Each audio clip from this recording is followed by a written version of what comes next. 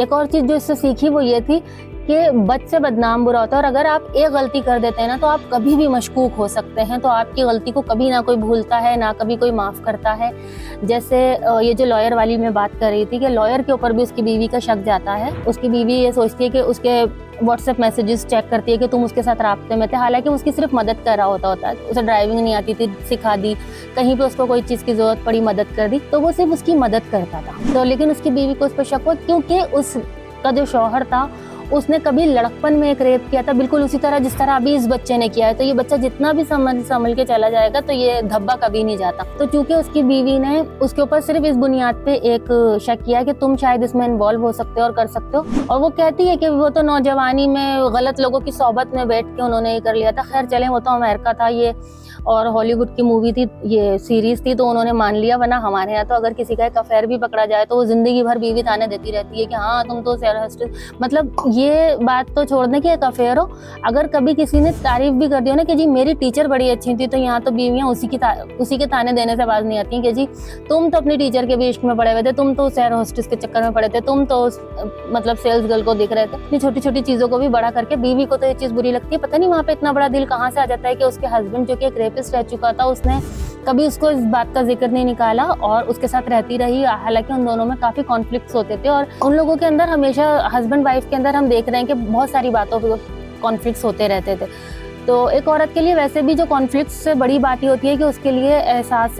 शर्मिंदगी। तो एक औरत के लिए सबसे ज्यादा शर्मिंदगी की बात ये होती है कि उसका हस्बैंड किसी और चक्कर में पड़ा हुआ, और उससे ज्यादा शर्मिंदगी की बात ये होती है जो एक औरत को तकलीफ देती है, सबसे ज्यादा ज़हनी अजियत देती है, वो ये होती है कि उसका हस्बैंड उसे जिन लोगों के साथ मिलवा रहा है, जिनके साथ हम हैंग आउट कर रहे हैं ना, तो उनके सामने हम अपनी राय नहीं रख सकते, सिर्फ इस वजह से क्योंकि वो आपसे स्टेटस में या तो बहुत ऊपर है या फिर आप उनके अंडर काम कर रहे हैं। तो इन दो सूरतों में जब एक औरत ये देखती है कि वो अपने हस्बैंड के साथ, ये होता है ना कभी कभी तो आप चले जाते हैं अपने हस्बैंड की, कोई हस्बैंड जॉब कर रहा है, आप अपने हस्बैंड के साथ कोई ऑफिशियल पार्टी अटेंड करने चले जाते हैं या कोई मीटअप होता है उसमें चले जाते हैं। लेकिन अगर रोज रोज का मिलना जुलना हो जाए ना सीनियर्स के साथ या अपने क्लाइंट्स के साथ, तो आप जाहिर क्लाइंट के अगेंस्ट तो नहीं जा सकते, तो वो दोस्ती का लेवल तो नहीं लगता, क्योंकि दोस्ती होती है बराबरी में, जहाँ पे दोनों एक दूसरे को बेशक फाइनेंशियली या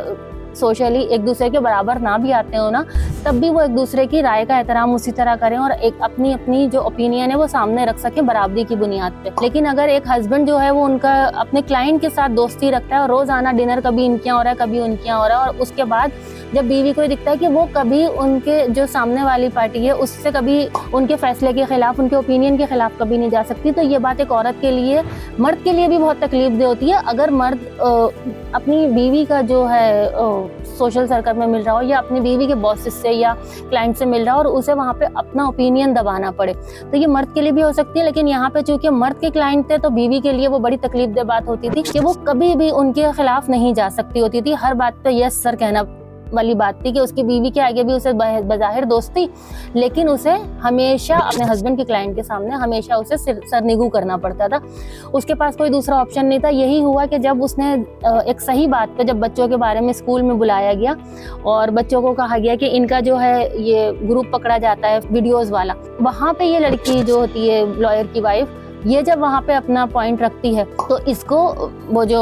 क्लाइंट की वाइफ होती हैं कैट, वो तो इनकी क्लास ले लेती हैं कि नहीं जी तुमने तो मेरे साथ गलत किया, दोस्ती खत्म कर देती हैं, क्योंकि दोस्ती दरअसल थी नहीं, ये जी हुजूरी के तहत चलने वाला एक ताल्लुक था जिस पर जहाँ उन्होंने जी हुजूरी के बजाय उनका खिलाफ गई तो वहीं से उनका ताल्लुक खराब हो गया। और इस बात पे हस्बैंड साहब थे, उन्होंने उनको बातें सुनाई कि तुमने उसके साथ ऐसा क्यों किया, ये क्यों किया, जबकि ये चीज़ चाहे किसी भी मुआशरे में हो, ये पाकिस्तान में हो या कहीं और हो या इंडिया में हो या ये अमेरिका में हो, जहाँ पे भी ये बात होगी, जब आपका रिश्ता बराबरी की बुनियाद पे नहीं होगा तो वहाँ पे तकलीफ आएगी और उस रिश्ते को निभाना मुश्किल हो जाएगा। ना सिर्फ उस रिश्ते को निभाना मुश्किल हो जाएगा, बल्कि उस रिश्ते को निभाने के लिए जो एक रिश्ता चल रहा है ना, निभाने की वजह जो रिश्ता वो भी खराब होगा। तो हस्बैंड वाइफ का रिश्ता भी इस तरह से खराब होता है और इसीलिए वो अपने हस्बैंड पे शक भी करती है। बल्कि हर जगह ये तसव्वुर कर लिया जाता है कि अगर हस्बैंड वाइफ की शादी हो गई है तो बीवी जो है सच के बजाय अपने हस्बैंड का साथ देगी। लेकिन जो इस सीरीज की हीरोइन थी मेन सिसिली, उसने इस तरह नहीं किया।